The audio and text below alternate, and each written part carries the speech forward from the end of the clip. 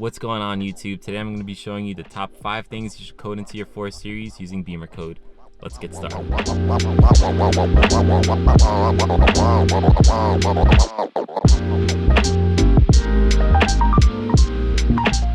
Before I really get into it, I just want to say this is not going to be a detailed tutorial on how to use BimmerCode. This is just going to be me taking you guys through the process of me coding my car and giving you guys some really good ideas. I've gone through a whole bunch of these codes. These are just my favorite ones. I figured I'd share with you guys, give you some ideas. If you guys aren't familiar with BimmerCode, what it basically is an app on your phone, and then you connect your phone to your car using one of these OBD adapters. This will connect directly into the OBD port on your car. And then this also has Bluetooth, so this will connect directly to your phone, creating a link between your phone and the car. Now, if you guys want the same exact one that I'm using, I'll leave some links down in the description below. This one's pretty good. For my research, is actually one of the better ones to use. So this is about 30 bucks. The app is about 30 bucks. So all in your like 60 bucks, but you can do a lot of cool things to your cars, guys, and you can keep on doing it. It's not just a one-time thing. You keep on changing and doing stuff like that. Now, this is coding and you are messing with your ECU, but it is pretty safe. We're not going to be coding in anything that wasn't already inside the car, guys. These are basically features that BMW just chose not to include. They're kind of just laying dormant inside your car, so we're basically just going to unlock them using BimmerCode. It's pretty easy, guys, but again, let's just get into it. All right, so the first one is the mirror caps. So if you guys aren't familiar with these cars, basically if you lock and unlock the car, the mirror caps do not move. They basically stay. If you guys want to close them when you park or something like that, you have to manually press it and then it'll move. But a lot of new cars basically have it where that if you unlock the car, the mirror caps open, and if you lock it, they close. So that's something we can code into the car using BimmerCode. So definitely a really cool feature. Let me show you guys how to do that. Okay guys, so what you're going to want to do is go into the BimmerCode app over here. Now, normally you'd press on connect and you would connect to your car, but in this case I'm actually going to use the demo mode below, just so I can kind of show you guys. So I already did it. This is just a demo. It actually runs a lot easier and smoother on the demo mode because you're not actually connected to a car. So if we just click on that there, again, this loads so much faster than the actual thing. But once we're in, to change the mirror caps, what you want to do is you want to go into the front electronic module, this one over here. So just click on that. Again, this takes super long to load when you're actually doing it. It's just the demo mode that goes so much faster, hence why I'm using it. So now if we scroll down, there's a whole bunch in here. This is actually probably the largest one, like the largest category. But if we keep on scrolling down and down, so we get down to mirrors over here, fold/unfold mirrors automatically. This one right over here, just click on that. And you just want to press on active. Once you press on active, you just want to go back over here in the top left. Then you're going to want to click on code. Now, this is just demo mode, but in the real thing, it'll basically load up and it'll basically say, you know, like ECU is restarting, blah, blah, blah. And your car will go through the process. So again, this is just a high level explanation. There's some other tutorials out there, but this is just to give you an idea of how you do it. So with that, it should be all set.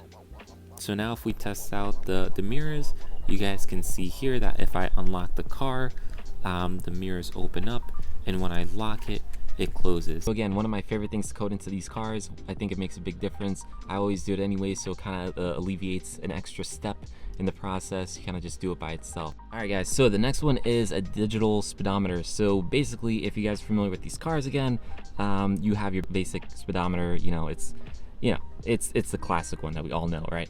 But a lot of new cars basically have a digital speedometer, so it'll actually show you like the numbers and whatnot, how fast exactly you're going. I mean, it's not necessary, but I think it's really cool and it's really helpful. It's easy to see how fast you're going very quickly. So we're gonna code that in again using BimmerCode. Let me show you guys how to do that, and I'll show you what it looks like. Okay guys, so now the next one is the digital speedometer, and what you're going to want to do to get that one, you're going to want to go to instrument cluster over here. Just click on that, and it's actually the very first one, so digital speed inboard computer. So this one right over here, click on that. In the demo, it's already set to active, but you're probably going to have it on not active, so you're just going to want to click on active there. Once you do that, just press on back on the top left hand side, and now the code button at the top right there, it's grayed out, and that's because in the demo mode it was already on active, so it doesn't think anything changed. For you, it won't be, so you just want to press on code, it'll do its thing, And yeah, we should be set. Now that we're on the dash and we programmed the miles per hour in here, the digital speedometer in here, if you guys go to this button here, you know, the one that you guys use to, you know, like change out the little options here, use that same button and you press it again and again, basically until you find it, and you'll see here it has miles per hour. So I'll show you guys right now, you know, me driving and it in action. But yeah, so you get your digital speedometer, and honestly, I think this is freaking awesome. Again, great option to have, guys. This makes, you know, just driving so much easier. Yeah, you have your normal speedometer and whatnot, and it works just fine, but having just actual numbers is awesome. So let's move on to the next one. So the next one, the next two actually will be very similar. They have to do with the startup animation. So this is another one that I was kind of saying is already inside the car, guys. It's basically the animation's already there in the iDrive system. We basically just have to unlock it and tell the car to you know, display it. So the first one is actually on your dash. See if it wants to focus in. So you guys see right over here underneath that area on the instrument cluster will actually get a startup logo. So I like to use the M Performance logo. You guys have other options. I actually think M is one of them, but this is not an M car, so I don't want, you know, people to troll me. So I'm gonna put the M Performance logo, and I'll show you guys how to do that right now. Okay, so for the first startup animation on the instrument cluster, you're gonna wanna go to instrument cluster over here. It's not M Performance logo, it's actually the start logo here. So if you just press on that, you have a whole bunch of options here, guys. Again, it does have options for the M cars, M2, M3, M4. I'm not gonna, you know, pretend like it's an M car, it's a 435. So, but it does have the M support package. So I think putting M Performance is pretty fair there. So you just want to click on that, and then go back, and then just like everything else, press on code, and you should be good to go. So there it is. There's the M Performance logo. Again, that will show up on your dash once you're starting it up, and then once you do start it up, of course, goes away. I need service. That does not have anything to do with the coding. That's just my car. But yes, so it's just cool. And then also, if you guys turn off the car, it'll also appear. All right, guys, so I think that looks pretty cool. You know, M Performance, it's written all over this car anyway, so hopefully no one trolls me for this one. The next one people will definitely troll me for. So the next one is on the actual head unit. So that was on the cluster over there, and this one's for the head unit. So this is the head unit right over here, if you guys didn't know already. But yeah, so once you start up the car, there is an animation that displays here. But yeah, let me show you guys how to change that. Again, I'm gonna put the M one, but there's some other options as well. But let's just get into that. Okay, so for the next startup animation, what we're gonna want to do is go into head unit over here. Again, this will be appearing on the head unit. So just click on that. And now there should be an option over here that says start animation right over here. So if we press on that there, it has plenty of options. So this one does not have an M Performance logo, which kind of sucks. So the other ones seem kind of lame. So I put M on mine. You know, I might get roasted for this, but oh well. I put M. So yeah, you guys just want to click on that, go back, hit code, and you should be good. All right, guys, and there it is. There's the startup animation. All right, guys, so those are the animations. Again, I think they look pretty cool. You know, when you're starting up the car, and it just kind of makes you feel like you're in you're not just in a normal 4 series or normal 3 series, whatever the car you have is. So yeah, cool ones to do. And yeah, let's get into number 5, the last one. Okay, guys, so the last one has to do with the sports displays, and if you don't know what that is, let me show you. So if you guys aren't already familiar with sports display, basically if you go to vehicle info or information, whatever, and you go down to sports display, it's gonna give you like sports displays here, and I'll show you what it looks like once you rev it. Basically, the bars are gonna move and they're gonna become orange. What we're actually gonna do is we're gonna make them red. I mean, the orange is nice, but I have red interior, and I just think the red instrument cluster there looks really cool with the red dash and whatnot. Okay, guys, so now for the sports displays, how you're gonna want to get that one in is, again, go to head unit, scroll down here, and you have a section here for sports display. So actually, if you actually don't have sports display, you can actually program it in. So that's huge if you don't already have it in. If you do and you want to do what I'm doing here, so the bottom one here, sport display color, just click on that. I wish they had more color options, but right now all they have is orange and red.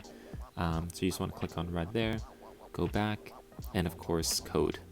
Okay, so now if I go back into sports display, you're gonna notice if I rev it, it's red. And I don't know about you guys, but with the red interior, looks so much cooler. All right, so like I said, I think it looks freaking dope. You know, the red looks awesome with the red interior. Definitely something to consider if you guys didn't already. All right, guys, so this is actually a bonus one.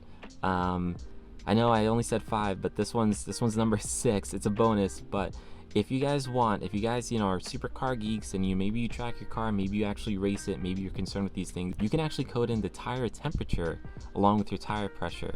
So if you guys aren't familiar, again, you can check your tire pressure. This will actually show you next to the tire pressure the temperature. So it kind of makes sense why BMW didn't include this in, because, you know, most people probably won't care about this, but us car nerds, we do. So let me show you guys how to do that. And as always, let me show you what it looks like. Okay guys, now for the bonus one, you're gonna want to go into head unit over here. You're gonna want to scroll down to tire pressure control. And it's probably gonna start off on display pressure only for you. You're gonna want to click on the display temperature and pressure. So these are pretty self-explanatory. If you press on this one, it'll display both. So now you just want to go back, and just like all the other ones, guys, you just want to press on code and you should be good to go. So now that that's coded in, again, this is just the bonus one, but if you go into vehicle info and you go into vehicle status and tire pressure monitoring system already there, but you'll see here we have the PSI. My hand is probably blocking it. And you also have the Fahrenheit, so it hasn't reset yet. The car, you know, it's basically been still since I programmed this in. All right, guys, so that is it. I lied, I said 5. This was 6. Give you guys a bit of a bonus there, but there's a lot of great things to do with BimmerCode. You can do some really cool stuff. These are just really cool ideas to do.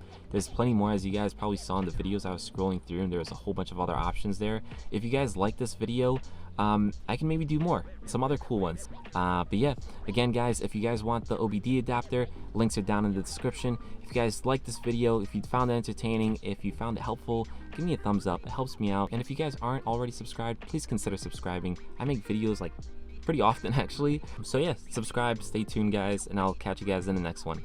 Peace.